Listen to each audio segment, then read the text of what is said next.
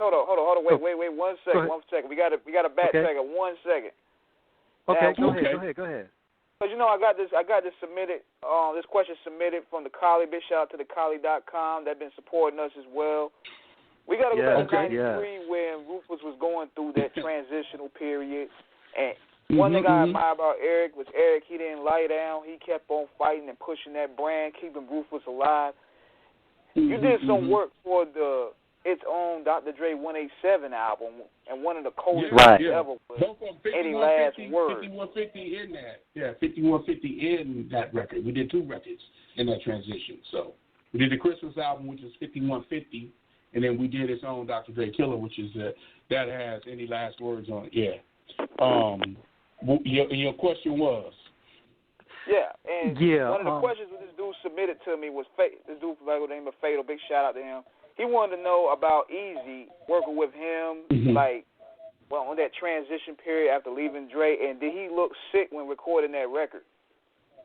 No, I mean the thing is about all of that is, one thing I would tell you. I mean, I would say work yourself to death.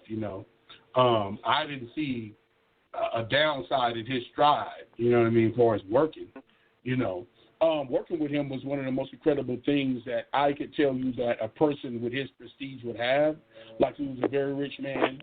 He was in control of his own shit, but he was just as humble as the guy that lived next door to you, that didn't have shit, really. You know what I mean? He highly respected a guy with a musical approach and a vision like myself. He didn't never pull any punches by saying that, hey, you're the guy with the talent. I'm just the artist that, you're supposed to actually position and make me look good. That's the humbling thing about Eazy E. Even though people might think he was something else, he wasn't. He was a very humble dude, working with. He was about his shit, of course. He stood on, he had the Napoleon complex. He was a little dude, so he had but we both did because, and we never, that's why me and him kind of got along. Really, really good. So it was incredible working with him, just as him being the CEO of the company, and then him being my friend. Because what people don't know about me, when Dr. Dre left, I was his liaison. I was his music liaison at that time. Everything that he wanted to do came across my desk. So we worked together more than just those records, and I worked close with him. I never saw that coming. That was a blind side, to be honest with you guys. So with the guy that asked the question, no, I didn't see any of that. Even in the last days, I didn't. I mean, he worked so fucking much, man. I don't think you would have known anyway. Yeah, one thing about it, because we rehashed that story so much in terms of like the trials and tribulations with him and NWA. But one thing about it, shout out to Kelly Park, where Eazy rep, man. One thing about it is I don't think people really give enough credit for Eazy for what he contributed in terms of hip hop or what he brought, because he brought, NWA, he brought, you guys came into the fold on the Ruthless. I mean, J.J. Fad was Supersonic, of course, Lemon, Lemonhead. Grammy-nominated, multi-platinum Grammy-nominated J.J. Fad as well. So give them their props, and that's because of Eazy E. He saw that record, and he got behind that record. See, I'm glad you touched on that, my brother. And this is go ahead, please. This is what I feel. I always have to stand on what Eric done, and to the listeners, that's Eazy E. Is this. Without him, there is no people that you see today. I don't think there's a Kendrick Lamar without him. So grow with that. I don't think that there's an Eminem.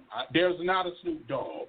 There's not, because these things don't happen. If he doesn't if he doesn't position Ruthless Records with his street bread, if he don't position Ruthless Records with actually pushing forward and making history, because it didn't have to happen. In the brilliance, there is no Bone Thugs and Harmony without him. The brilliance of all of these people, there's no Us, no Cocaine, there's no G-Funk. There's none of that stuff that you can without his single move.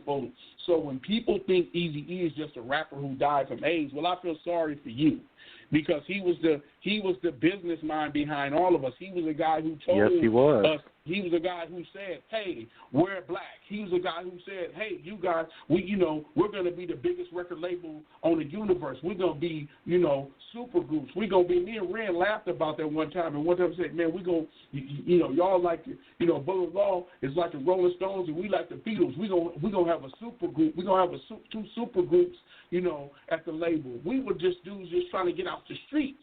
You know what I mean? So think about his vision.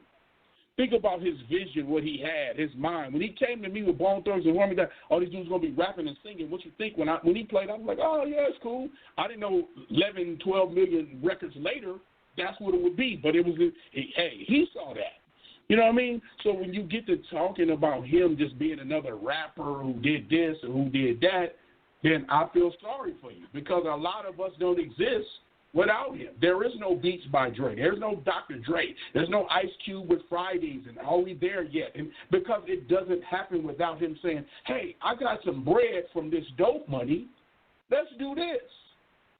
Doesn't happen, y'all. Yeah. You don't know. And another guy. trivia. I'm not saying that they don't. I'm not saying that they don't go on and do something else as somebody else or something. I'm just telling you, you follow them and you represent them because of that. You follow Death Row because of what we done at Ruthless Records.